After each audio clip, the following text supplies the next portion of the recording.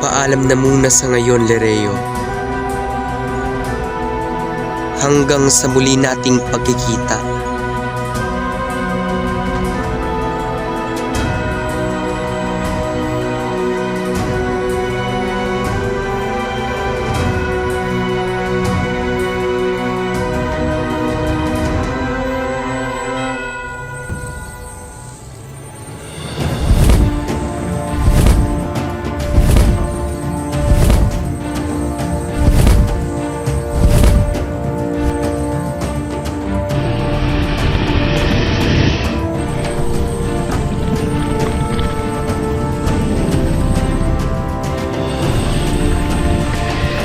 Huwag kang mapangahas, Argona, kung ayaw mong magkaroon ng labanan ng apoy sa apoy.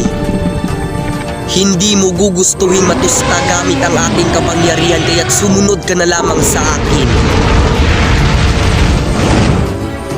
Brilyante ng apoy. Ilang iyong bagong tagapangalaga ay sinasamo ko ang lawak ng iyong kapangyarihan na gawing makatotohanan ng aking sasambiting inkantasyon. Susundin mo ang lahat ng aking nais, Pashnea. Ikaw ang magsisilbing aking mga mata sa himpapawid upang malaman ko kung merong namumuong kakaiba sa paligid.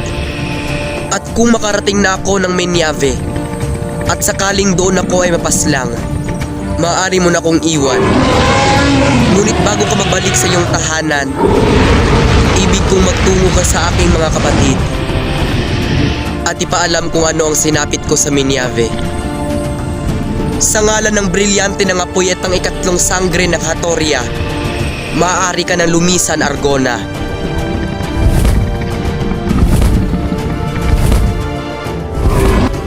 Nagtungo si Flamara sa maraming lupain sa Encantadia, katulad sa bundok ng Nayaeza, kung saan ang anumang kapangyarihang pagkalaho ay walang halaga. Dahil sa masidhing layunin nitong makarating sa lupain ng Menyave at alamin ang hiwagang nakabalot sa kastilyong gawa sa niebe, lang sa ganon ay makakuha ng malinaw na kasagutan ng apat na sangre patungkol sa kapatid ng dating Haradurye ng Lereo, si Cassiopeia, at ang kapatid nitong si Metena. Hashna, Hashna,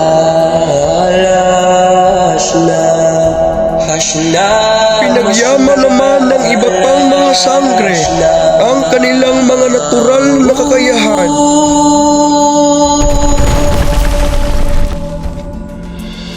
Upang paghandaan ang nalalapit na kadilimang babalot sa buong Encantadia.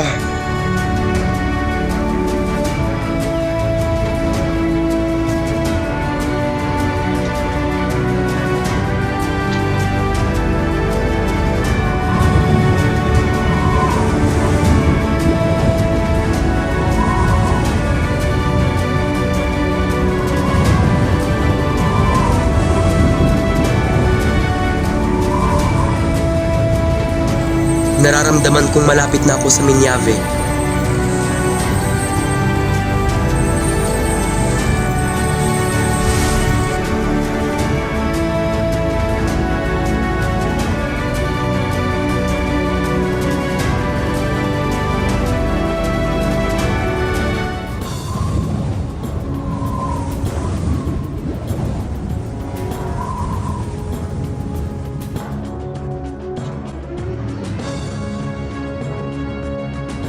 Kagila-gilalas, tunay ngang nakamamangha ang Menyave.